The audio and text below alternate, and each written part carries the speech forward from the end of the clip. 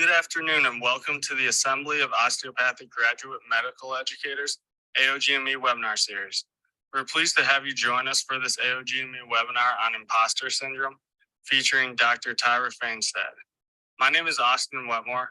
I'm the program manager for GME initiatives at ACOM, and I will help facilitate this webinar. Before we get started, I would like to review a few housekeeping notes. This webinar is being recorded. The recording will be posted on the AOGME webpage shortly. All webinar participants are in listen-only mode.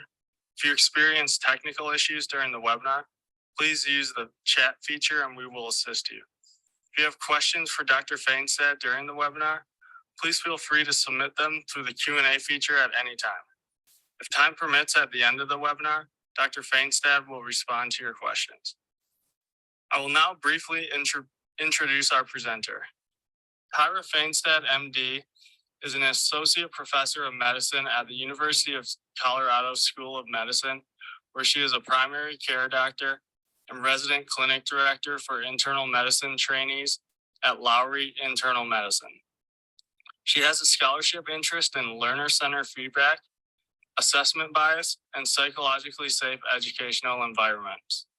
She is a certified professional life coach and has created and co-directs an online group coaching program for medical trainees across the nation called Better Together Physician Coaching.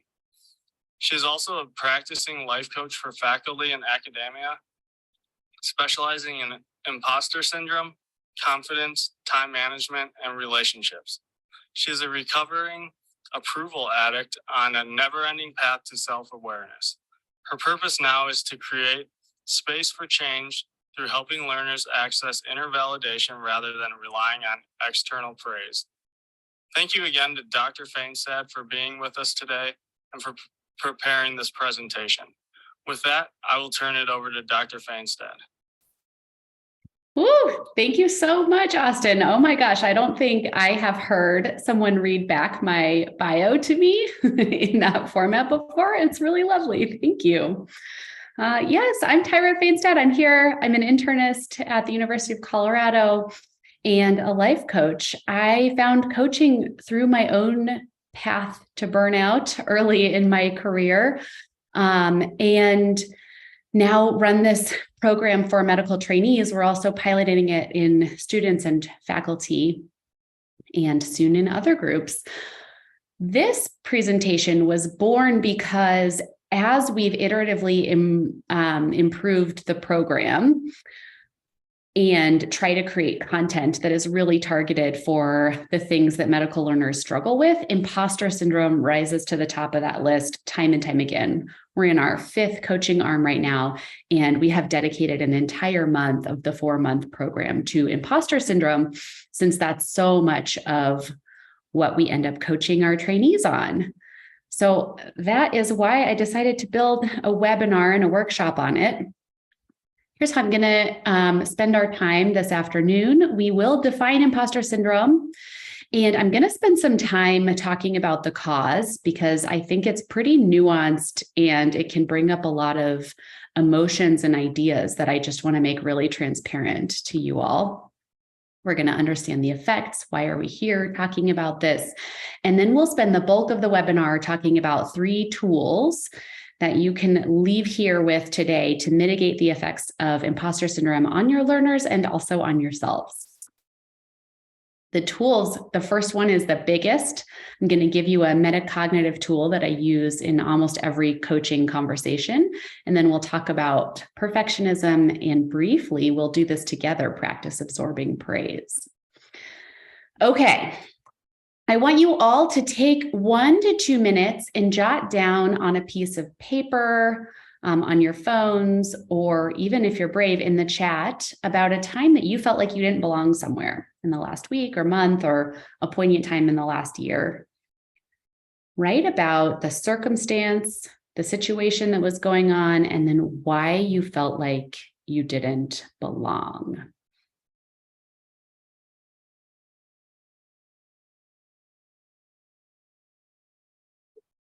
I'm going to ask you to refer to this later. So better if you can actually write it down rather than holding it in your head. And if you're brave, give me a one-liner in the chat. I don't know if you can actually. I think you can. If you write in, only I can see it. I will keep it anonymous if you want.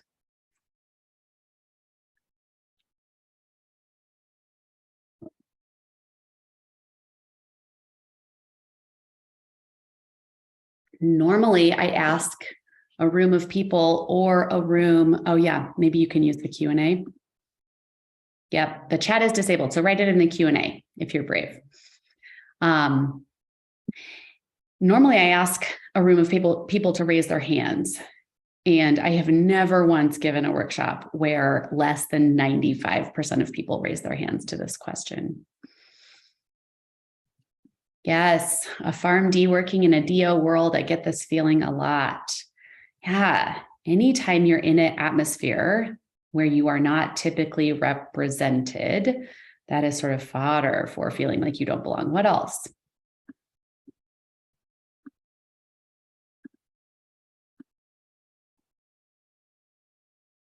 Last week at a Grand Rounds presentation, at a marathon, I'm not a runner. Oh my gosh, I'm trying to be a runner too. And I just really feel you on that.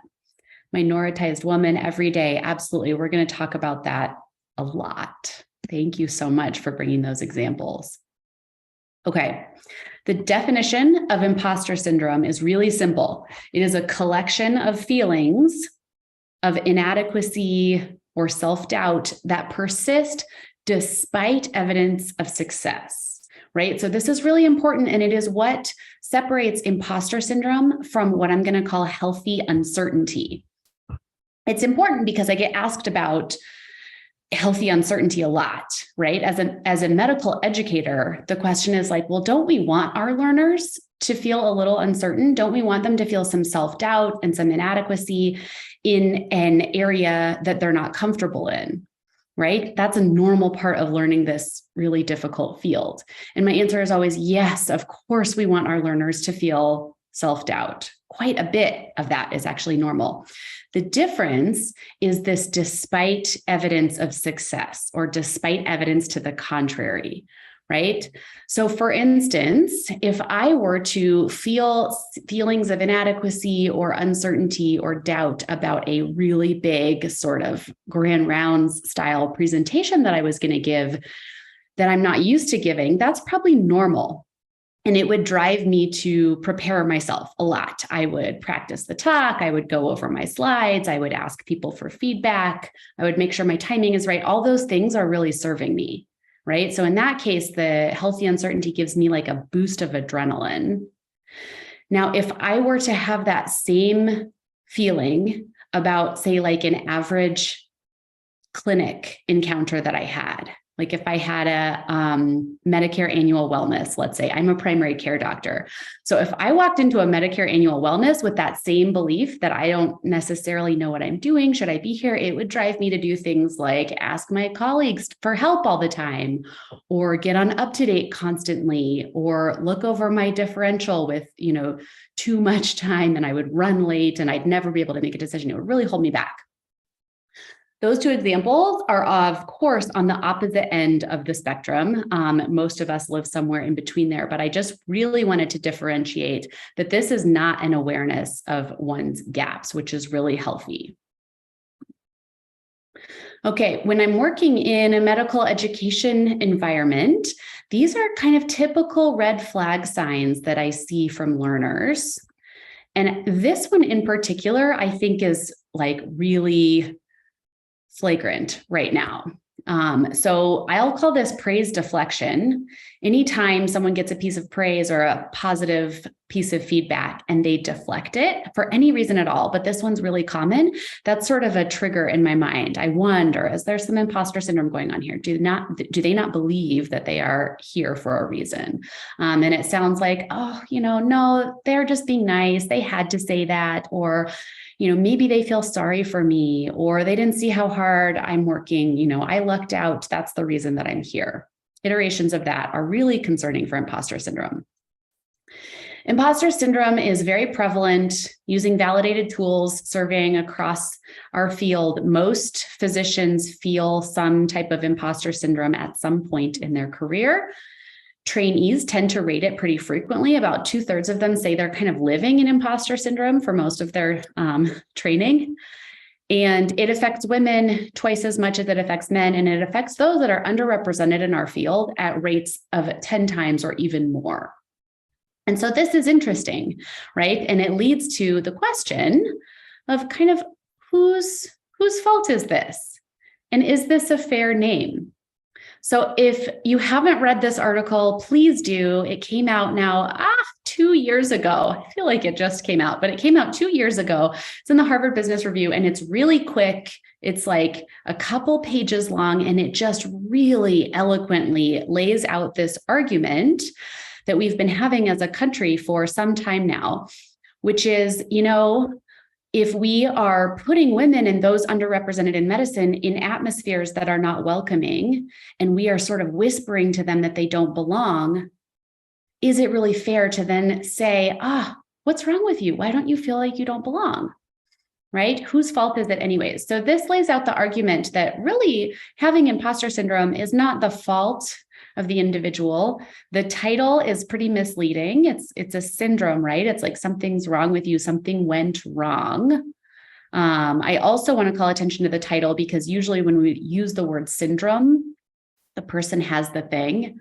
So like irritable bowel syndrome, they have irritable bowel. With imposter syndrome, they are not imposters. I think it should be relabeled self-underappreciation syndrome. But that is a tangent. Anyways, the whole way that we talk about it really sort of places the fault on the individual.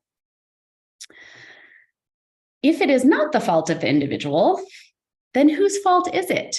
I think this conversation has been happening around the world really for the last decade, and can lead to some pretty unproductive places. I think when we start talking about blame is when things go wrong. If we can talk about accountability is probably more when things go right, and sort of responsibility. But unfortunately, I think we get stuck in blame far too often. And when blame enters an equation, sort of the fists come out. So this is how I see the problem play out in medical education. You have the institution or the system on one side looking at this problem, right? It could be anything. In this case, it's imposter syndrome, but it could be anything trainee or faculty related. It could be physician burnout or well-being in general or resilience, right? And they're looking at this problem and going, wow, this problem seems to be getting worse. That's interesting. In my day, physicians didn't seem to lack resiliency. I wonder if we are just enrolling med students that are less resilient than before. Maybe they need some free coffee. Maybe they need a yoga session. Let's make them more resilient, right? And then on the other side, you have the individual looking at the system going, are you kidding me? I don't need yoga or a free coffee. Let's talk about the wildly unhelpful electronic medical record system, or how under-resourced I am, or how our mission and our values don't align. Don't give me free coffee. Like at best, those are mildly condescending. At worst, I think those offers come off as offensive, right? And so then the battle ensues. What this battle misses or doesn't acknowledge fully is that what I believe is driving this is the culture of our field.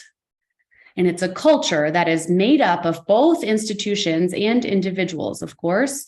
We all make up the culture together. And it's a culture that has, for the last century at least, relied on ideals that are no longer serving us, right? Our profession was founded on this idea of a doctor in somewhat of a deity-like space.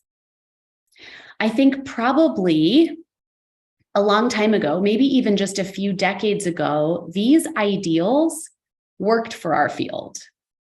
I think they may have worked in a time when our field was a lot more homogenous, and when the people participating in our field had more support at home than we do now, right? It was also a time when when the problems that came from these ideals were more covered up. So problems like, addiction, depression, divorce, even suicide, were happening at rates probably similar to the rates that they're happening now, but people weren't talking about them. So I think these ideals unfortunately got carried through our field, supporting a homogenous group that is no longer the case. And now we have a not diverse enough, but more diverse field who is not about to tolerate these ideals anymore. So all of that lead in was to say that the problem, the physician wellness problem or the trainee wellness problem, which includes imposter syndrome, is a culture problem. There are systems and society at large that are certainly to blame. And what I know as a professional coach is that even if we fix those systems, that if we don't look at the internal mindsets and also fix the brains of the individuals, it won't matter, right? So we have to fix both at the same time. They are both important. And if we can encourage a mindset of empowerment in the individuals while we are working on the systems, I think that's where actual culture change is going to come in. So today I'm going to talk about creating empowerment in the individuals, acknowledging that systems also have to change. If you have any questions, please feel free to pop them in the Q&A.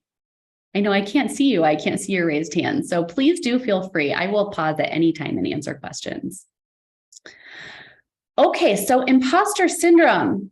We went over the definition. What causes it? I am going to simplify the cause of imposter syndrome, which again is that feeling of inadequacy despite evidence to the contrary, as being due to an overactive inner critic. This is a picture of my inner critic. She's really mean. And she exists in my amygdala. We all have an inner critic, and it is simply a center of negative self-talk, right? It's that constant yammering about what you might be doing wrong at any given moment. And every single person has one. It is hardwired into our brain for a reason.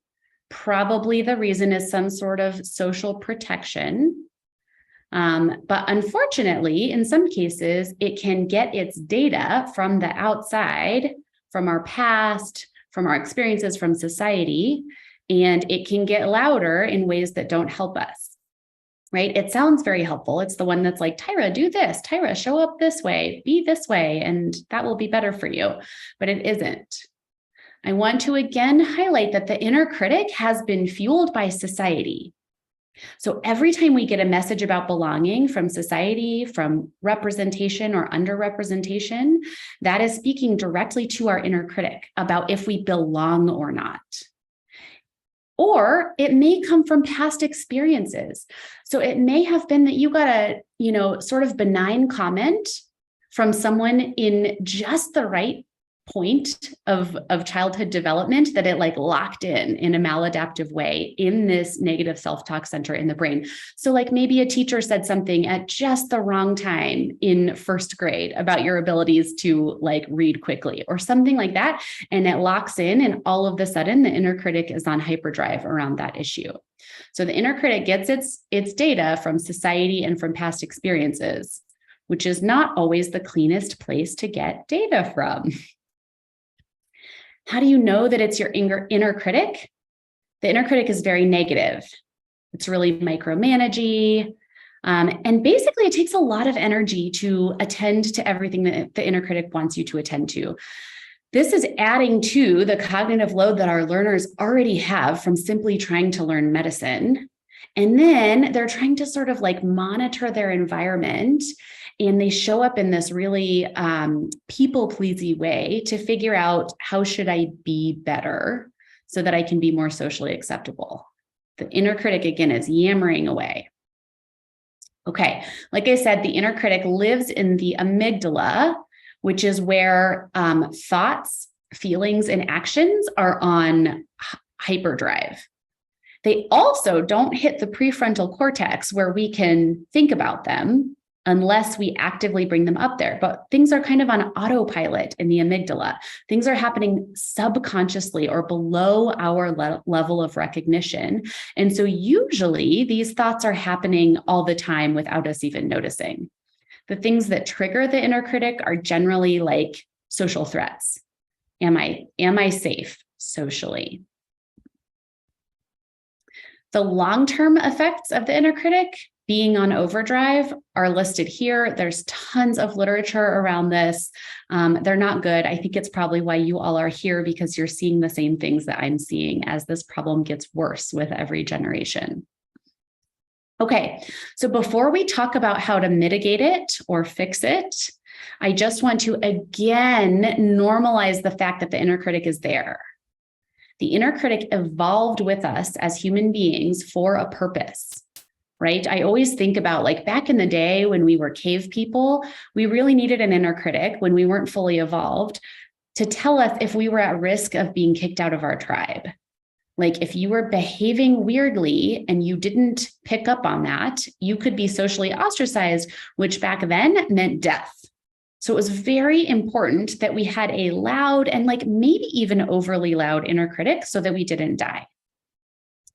Now we have evolved to where death is no longer the threat for the most part, certainly for those people watching this webinar, of being kicked out of your tribe. And also we're way better. We have way more nuanced and specific ways of picking up on if we're behaving normally or abnormally than we did then. So the inner critic is kind of like this leftover thing, like an appendix that's just with us, but we're not getting rid of it. Then we have this as human beings, all of us. Then those of us that decided to go to medical school, really any healthcare training situation, this is heavily reinforced. This negative self-talk, this catastrophizing about ourselves is heavily reinforced. And here's my theory about why. I think, on the one hand, I think medical training selects for those of us that are particularly type A, that lean toward a perfectionist brain to begin with. And then we go to school forever where we literally learn how to catastrophize on purpose with every single patient, right? Is that not the definition of med school? Is that not the definition of learning how to create a differential diagnosis? It's like, what are all of the very long list of reasons that my patient could die? What is the worst thing that could happen to this patient? And that is very beneficial to us as we learn medicine. So we are basically in like negativity bias our whole careers. And then if nobody teaches us otherwise, it is very easy and natural to continue to have a negativity bias when we take off the white coat, right? When you come home, it's very easy to just turn those thoughts around on yourself or your day or your friends, your relationships, because that's the way our brains have been directed. There's actually a study, there's an fMRI study that shows that physicians have a larger negative self-talk center. They have a larger inner critic compared to other fields. It's like fascinating. And there's all these hypotheses about why, but I think this is the one that I have adopted. Okay. Questions about the inner critic and its purpose. We are going to spend the rest of the time talking about ways to mitigate the effects, but I want to double down on the fact that we aren't getting rid of the inner critic. I have fantasized about like a very specific stroke that one might have that would let us get rid of the inner critic and what would happen, but it hasn't happened yet to my knowledge. Okay, I'm going to teach you the first life coach skill that I learned when I got certified. And I'm going to spend some time because it's what I use in every single coaching conversation. So here's the secret that I learned. And I want you to take a minute and step into a beginner's mindset around this, because I learned this in medical school. I learned cognitive behavioral therapy, which is at the root of this. There's also a lot of acceptance and commitment therapy and some basic mindfulness. But I learned CBT and I passed it off like it was nothing. Like, oh yeah, thoughts create your feelings, cause your actions. Check, got it, done. I will pass that question on the quiz. But I did not let it sink in. So I want to offer you the chance to let it sink in, because once I did, it changed my whole life. Okay, here's the secret. Every single thing in your life, everything falls into one of 5 categories. Only one of those categories is outside of your own brain, and that is the circumstance. So a circumstance is stuff that happens outside of you. It's stuff that has happened in the past, and it's completely neutral. It can be proven in a court of law, right? So the circumstance, like today, the circumstance in Denver is that it is going to be a high of 50 degrees and it's cloudy. I can prove that, it's measurable, it's objective. It doesn't mean anything until my brain has a thought about it. This is what we do as humans. We are meaning-making machines, and we literally have thoughts about every circumstance, whether we realize them or not. So my brain wants to turn this circumstance into a meaning, and my brain thinks, cloudy in Denver, it's supposed to be sunny all the time. What is this? Seattle? I thought I came here for the sun, right? That's my thought about this circumstance. That is actually the opposite thought of, say, my mother-in-law. She lives across the street. I'm looking at her house right now, who believes that we are like free falling immediately into global implosion. And every time there's a sunny day, she believes the ozone layer is actively getting bigger. She's not wrong, but she's very angry and upset about it and has a lot of thoughts about sunshine. So she actually is enjoying the clouds today and has a little relief from that. Same circumstance, different brains. Okay, my friends, it is your thoughts that cause your feelings, not your circumstance. This is nuts because most humans believe that circumstances cause their feelings. And if that is the case, then we have to change our circumstance to feel better, right? And a lot of the time, that is not possible. A lot of the time, your circumstance is the weather or another person, right? Something that you are not about to change. When we get stuck there, we can fall into victimhood, right? And we are forgetting about that one very empowering line of this model, which is that actually it's your thoughts that cause your feelings. I also want to pause here and point out that because we are humans, we cannot feel positively all the time. In fact, we are obligated to feel negative feelings about half the time. It is one of the really big bummers about being human beings and having emotional capacity. Every time we feel a positive emotion, we are necessitated to feel its opposite in order to just define them for ourselves. So this has been proven across cultures, across decades, over and over again in psychology literature. People on average feel about somewhere between 30 to 50% negative and somewhere between 30 to 50% positive. It's about 50-50 on each day, right? So we can't change that. So I highlight that to say, I don't want you to use this model against yourself to believe that you can just change your thoughts to feel better, because you can't. Sometimes we want to feel negatively. If a patient dies, we don't want to feel excited, right? We want to feel some level of sadness. If a family member dies, we don't want to feel happy about it. We choose grief because we're not robots. Okay. It is our feelings that cause our actions. They fuel everything we do and don't do. And it is a summary of your actions that create a result for yourself. This is tool number 1. For mitigating imposter syndrome. I'm going to now walk you through how you can use this tool on yourself. In imposter syndrome, it is our inner critic that offers that thought. Usually that comes automatically, like I told you, from the amygdala. We don't choose that thought. Where we have choice is in if we choose to believe it or not, if we choose to act from it or not. Okay. Here's what it looks like on my little amygdala. The circumstance happens, triggers a thought. Your prefrontal cortex is still not even aware of it. It causes a feeling, which fuels some actions and create a result. Okay, I want you to pull out your initial free write that I had you do from the beginning of this workshop. When I prompted you, who here has felt like they didn't belong? Pull that up.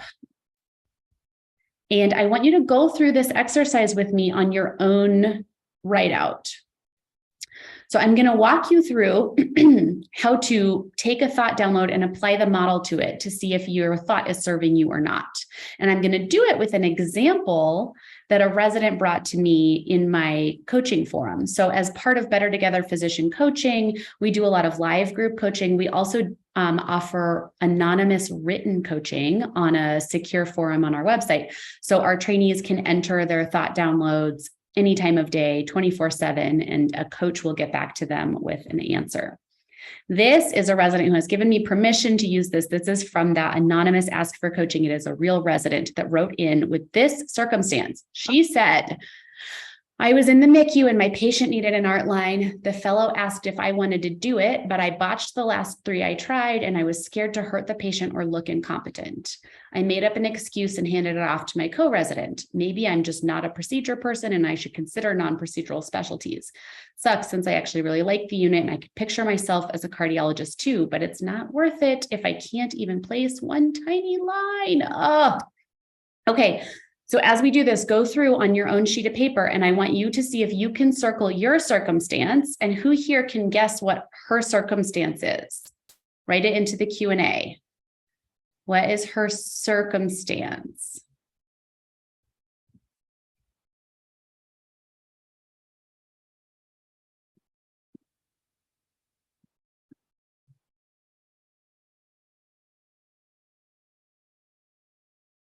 Yes, arterial line in the NICU and the patient needs a line. Anybody else want to add to the circumstance? Patient needs a line. Yes, yes. Oh, you all are pros. That's right. So in this case, her circumstance is that the patient needs a line. Oftentimes, as medical educators, it seems to us as though in the circumstance line also belongs this thing that she said happened in the past, right? She brings us a story, yeah, exactly, that she botched the last 3. But what I want to offer you as medical educators is I want you to not believe your learners when they bring you stories about themselves. And almost everything they say about themselves is a story. So I was curious, I had my coaching hat on, and I actually asked her to come up for live coaching about this. So I asked her, what do you mean you botched the last 3? And she said, this is what she said. The first one, she was in the unit and she was trying to get the art line and it wasn't happening and the patient was bleeding and she had to call in the fellow to scrub in and the fellow ended up placing it. That's time number 1. Time number 2, she had another art line. And so she preemptively had the fellow come in the room with her and the fellow scrubbed in and sort of like coached her through it, but she actually placed the line. And then the third one, she again preemptively asked for her fellow to be in the room, but the fellow stood in the corner. The fellow didn't scrub in, stood in the corner and gave her some tips as she placed the line. The fellow helped her. Okay, so to her, that story equals I botched it. I can't do it by myself. I failed, right? To me, as a medical educator, she placed the line. She got it. But so what I want to make sure that you go home with is don't believe the stories that your learners give you. So it'd be very easy to have different thoughts about her if you did. Her circumstance is simply that the patient needs a line. Everything else is her thoughts about that story. Okay, so see if you can circle your own circumstance. Her thoughts are making her feel scared. Of course they are. Anybody would feel scared if they were thinking her thoughts. And her fear is driving her action of inaction, right? Making up an excuse and handing it off. Her result, I think we can all agree, is not serving her. Okay, so let's see what this looks like if we were to write it out cleanly. And I encourage you to do this. Put CTFAR on the left side of your page, and then see if you can come up with a one-liner model. So in her case, I summarized her thought as, I failed before, so I can't do it, which is a scary thought leading to these actions. And her result proves the thought, right? She can't do it. So in a coaching conversation, when I go about reframing this thought, we can actually start anywhere on the model. We're never changing the circumstance. Remember, in the coaching business, we're not about changing the circumstance, but we have control over the rest of the model. So I could say to her, how do you want to think about this circumstance the next time a patient needs an art line? I could say, what do you want your result to be? What do you want to do? In this case, I asked her, how do you want to feel? If you could feel anything the next time a patient needs an art line, you're allowed to go into imaginary land and you're allowed to feel anything. What do you want to feel? And she said, well, of course, I'd want to feel capable, but Tyra, I can't. I already told you, I failed before, can't feel capable. I'm like, okay, but let's go in imaginary land and pretend that you did feel capable. What do you think you would do? And this is what she came up with. She said, well, I'd probably say yes, if I felt like I could do it. And I said, what do you think you would do given your same past experiences, but this time you feel capable? She's like, okay, well, I guess I'd still ask for help. I'd probably identify my skill gaps. And specifically, I would allow myself to fail without making it mean that I was a failure, she said with a question. And then sort of rinse and repeat, right? Like, and all of us educators know, oh, yes, you're going to learn how to do it if that's your action line. This is a growth mindset, right? This is someone being open to failure and getting up and doing it again. This is for sure going to lead to success. Now, here's where typical coaching stops. Much of what exists in the coaching literature right now is what I will call skills-based coaching or action or behavior-based coaching. And it's all about this A line. We just want to tell people what to do in their A line. Hey, you should go to the sim lab. Let me coach you on doing 10 of these. The problem is that it ignores the original thought that is still there, right? It ignores the thought and feeling like there's something to be avoided or fixed or not looked at. And if we do that, then that thought stays because the inner critic is still there with some belief it's hanging on to.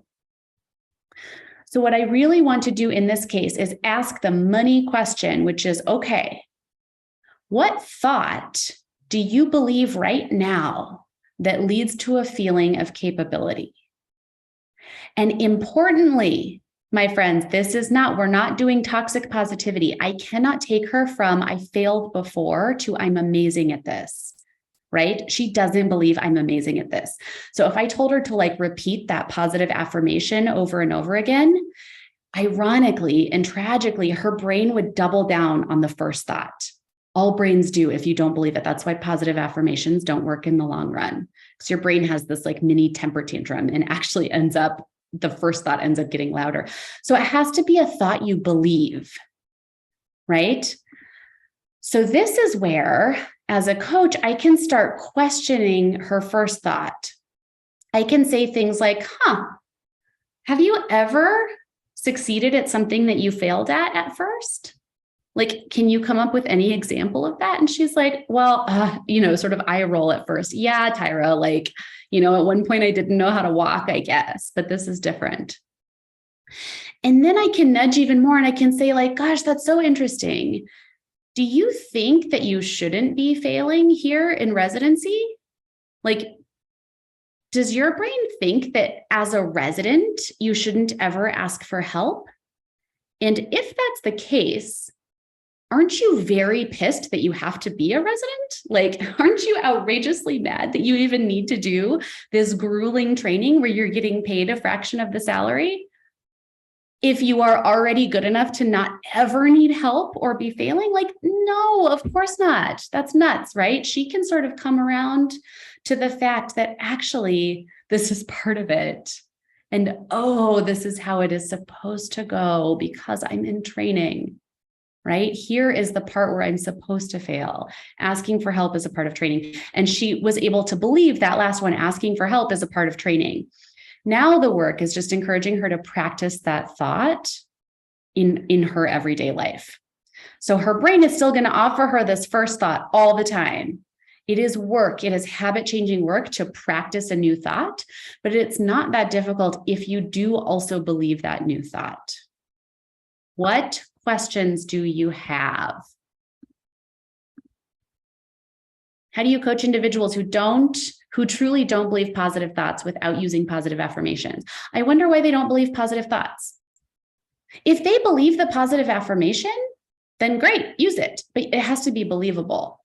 If they don't believe a positive thought, then where I start is a neutral thought. So if the thought is, I'm a bad doctor, if that's the automatic thought, and they can't get to, I'm a good doctor, or I could be a good doctor in the future, or it's normal to make mistakes, even good doctors make mistakes, I start with a neutral fact. For instance, the thought might be, I am a doctor, right? I have a DO. I am a doctor. And that's true, and it's believable because it's just a fact.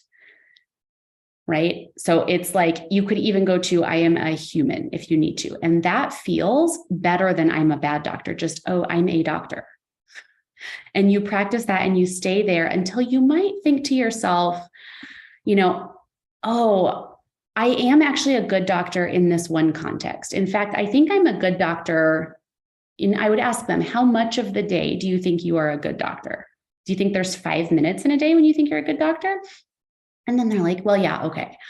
I'm only noticing I think I'm a bad doctor 90% of the time. There is 10% of the time, like maybe patient communication or whatever, that I'm a good doctor. And then they start to look for it. And I'll task them with, okay, where else do you feel like you're a good doctor or you could be a good doctor? And it's like, okay, maybe it's only about half the time I'm a bad doctor. Yeah, I guess I could see how I could become a good doctor if I bank on that strength, right? And you keep going from there. But if they truly can't believe a positive thought, then I stick with a neutral thought. Great question. If the resident is successful with art, another question, if the resident is successful with art lines in the sim lab after 10 times, can't she turn that thought around? Yes. So action line coaching or behavior-based coaching might work for that specific scenario, right? You can create confidence through task expertise. If she went to the sim lab and willpowered her way into doing 10 art lines, she might be able to gain some self-confidence in art lines. But we haven't addressed the fact that her brain thinks it's not okay to fail as a resident. So the next procedure that comes up that she struggles with, we're back at ground zero. The difference in looking at the thought is you have such a broader expanse of what's possible for your learners. You're looking at this whole mindset, right? It's like the teach a man to fish analogy. Okay, I also want to say, as an educator, I think one of the most powerful things we can do is normalizing that our brains do this also. Okay, if you want to practice, I invite you to do a thought download tonight on anything positive or negative and just see what your thoughts are creating for you. Even better, email it to me. I love it when I get emails from webinar participants on their thought downloads. I'm always happy to sort of help you come up with this. Okay, our next two tools are quick. The tool number 2 is managing perfectionism. Perfectionism is what drives the inner critic. The inner critic believes that if you show up as perfect, you don't have to feel negative emotions. It's wrong. There's no way out of feeling negative emotions. I already told you this. Humans have to feel negative emotions. But the inner critic says, hey, Tyra, if you just show up as perfect, you won't ever have to be embarrassed again. Like, wasn't that awful when you were embarrassed because you didn't know the answer to this thing? If you just know the answer to everything, you don't have to feel embarrassed again. That's the fallacy that the inner critic becomes a perfectionist within. Okay, how do you know if a learner is perfectionist? This is from my co-coaching creator, Adrienne Mann. She posted this on Instagram. She says, does rigid inflexibility about sparkling water organization, this is a picture of her refrigerator, represent healthy striving or a dark underbelly of perfectionism rotting at one's core? So type in the Q&A, what do you think, healthy striving or dark rotten core? She polled. This is an example of her showing us her action line. Her action line is that she is rigid about her LaCroix organization in her fridge. What do you think? Perfectionism or not? Rotten. Yes. Rotten. Yeah. Oh man, her friends were a little bit nicer than you all. But actually, wait, she gets more in the fridge that way. Yeah, good point. Perhaps. Yeah. So actually, the truth is we don't know because all we're seeing is her action line, her A line. And this is the same with learners. So if we want to really know, we have to ask them those tough questions about their thoughts and feelings. The thoughts and feelings that drive perfectionism are all very closed. They come from a fallacy that I'm only worthy if I get this right. I'm only good enough if I'm perfect, right? This is like somewhere along the line, something that we physicians pick up early on, and it leads to these closed feelings. Healthy striving sounds like, ooh, let's see what happens if I try this. I wonder if, what could be fun? How is this for me? Right? And it leads to feelings that are not at all hinged on one's worth. Here is a spoiler alert. Everybody's actually the same worthy, right? As physicians, we tend to hustle for our worthiness our whole careers, and it doesn't work. There's a big arrival fallacy. We always think like, oh, I'll feel better when I graduate. I'll feel better when I get this job. I'll feel better when I publish. Never really feel better, right? Sounds familiar. It's because actually worth and value are not contingent on our accomplishments. Scary, right? In a healthy striving mindset, we know this, and you try the thing simply for the fun of it, for the curiosity of it, for the wonder of it. Versus perfectionism, you're trying the thing to try and become more worthy. It never works. I show you this just again to say we don't know, right? The A line here might be a learner that is like staying till 10 p.m. writing his notes or something on the wards. And you may be tempted to think, uh-oh, is he being a perfectionist? We don't know unless we ask, why are you doing this? Why are you staying till 10 p.m.? And it might be because he just got sucked into a vat of curiosity on PubMed about this like rabbit hole question that he's in love with. That's great. That's healthy striving. Or it may be like, oh, I'm so scared for other people to read my notes because they're going to see that I'm a fraud. Blah. Okay, perfectionism. I was hinting at this. Perfectionism sets the bar for success really high and also really vaguely. You can't quite make out its borders. We do know that perfection is the only option in perfectionism. Here's how it tends to play out in the thought model of medical training. General thought, I'm not enough, feel inadequate. Inadequacy doesn't tend to fuel any actions that serve us, unfortunately, and those actions then prove that thought, right? This is classic perfectionism. So what can we do as medical educators to manage this? The first thing is to help your learners get really clear on their own bar for success. Not yours. Yours doesn't belong in their definition, but their own bar of success. So this sounds like asking a learner, hey, I'll do this on rotations. What do you want to get out of this rotation? What do you want to learn here? And they're always like, oh, I just want to be a good doctor. I just want to learn how to be a good doctor. And I'm like, okay, great. Will you know when you are a good doctor? What is your definition of a good doctor? How will you know when you get there? Right? And they look at me with like deer in headlights. Like, I don't know. I'll just know. No, you will not just know. Let me promise you, if you don't take the time right now, this is for all of you educators listening to, if you don't take the time to define what success is for you, you will never get there. I mean it. Do this work. It is so important. I think I just missed a question, but maybe it was okay and I didn't need to see it. If there is a skill gap to overcome, what's the plan to do it? Do you need to go to the sim lab 10 times? Let's go. Let's get there, right? But is there a belief that is not serving you? I have some people that will say, oh, I'll know I'm a good doctor when I get 100% positive feedback, right? From all my attendings and my patients and my colleagues. It's like, really? So you only get to call yourself a success when every single person likes you? Are you sure you want that to be your bar? Okay, and the last tool I'm going to leave you with is absorbing praise, which is very hard for learners with imposter syndrome. I already told you that praise deflection is so common, and it's because of this. People with imposter syndrome have a very loud inner critic, and they're constantly telling themselves all the ways that they're failing.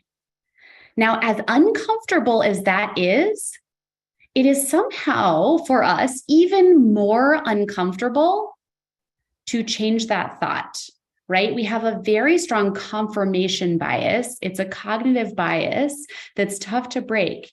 And so there's cognitive dissonance. If you're walking around saying, I suck, and then someone comes up and compliments you and it doesn't fit, it doesn't compute, what our brains will actually do is twist their words around so that they fit our own confirmation bias. That's what I mean by, oh, they're just being nice, right? Oh, I just got lucky. I'm still right. And now their words make sense. That's what that's about. So how do we fight this? Here's what I want you all to do with me right now. This takes 1 minute. I want you to think back to your last compliment, right? Okay, bring it to mind. It could be from a supervisor, a peer. It could be from your mom or your dog. Your last compliment, and I invite you to bask in it right now.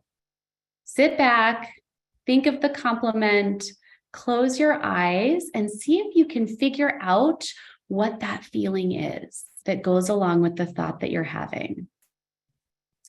See if you can name it, and then I want to see if you can identify where it is in your body. Because why not? Why would we not really want to feel these positive emotions, right? Let it wash over you, name it. And now, importantly, we are going to attribute it appropriately. So how did you come up with this result? What about you led to this? What did you do to create this compliment, this piece of praise, this positive feedback? Okay. And now, and this is really important, I tell my learners this, you are actually allowed to think about this compliment as many times as you want all day, every day. So like the next time you're on rounds and somebody else is presenting a patient that you're not following, you can just like lean back against the wall and be basking in your praise and no one will know it. It's a secret, right? There are no thought police. Nobody can tell you not to think about this. And here is why you should do it. I promise you, there is actually data that shows the more we think about times that we were proud, accomplished, confident, actually the better physicians we show up as. So the more we think positive thoughts about ourselves, the more likely we are to show up as better versions of ourselves. It's the opposite of what we think. We always think we need to beat ourselves up to motivate ourselves to be better. It's not true. There are studies across fields, but also in medicine, showing that the more positive thoughts we have about ourselves, the better doctors we show up as. So if you can't do it for yourself, do it for your patients. Do it for your family. Do it for anyone, but do it. Also, it feels great. It feels so much better to be basking in your last piece of praise than it does to be beating yourself up. Okay, there's been a lot of questions in the Q&A. I don't know that you all see this, but this recording will be housed somewhere for you all to see. It's being recorded. You can watch it again. I just want to say that for everybody. Okay, as a learner, I have a zero tolerance policy for praise deflection. I do not allow it in my team room. It's really hard. I don't allow it for myself or for any learners. I also like to acknowledge efforts in addition to outcomes. In medicine, we're really outcome-based. Acknowledging the effort is just as important. So that sounds like, gosh, like in addition to, oh, you really, that A1C of 7 is great. Wow, I saw you like access your diabetes nurse educator pamphlet, and I saw you on the primary literature looking at the latest new medicines for diabetes, like really acknowledging the process that went into the outcome, just as important, if not more. Okay, my friends, we made it. Thank you for hanging with me. We identified the cause. We know why we don't want imposter phenomenon. And then I taught 3 tools to mitigate it that you can use right now. This is what we do all day, every day on Better Together Physician Coaching. If you want to know more, here's the website. Right now, we are in residency programs across the country. We're in 26 GME programs, over 1,000 residents. We've got 25 physician coaches that deliver this program, and we are growing. So please email me if you want to know more Right now, it is free to residents. It is a free resource. So please let me know if you would like to hear about it. It is wonderful. We are studying it in faculty at CU and in med students soon. What questions do you have?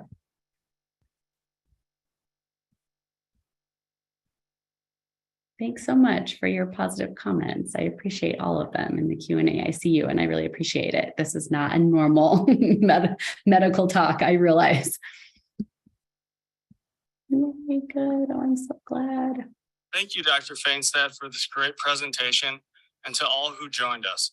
If you have questions, please contact us directly at aogme@acom.org. This concludes our webinar. Thanks again to everyone who joined us, and have a great evening. Thank you so much. Email me with any questions.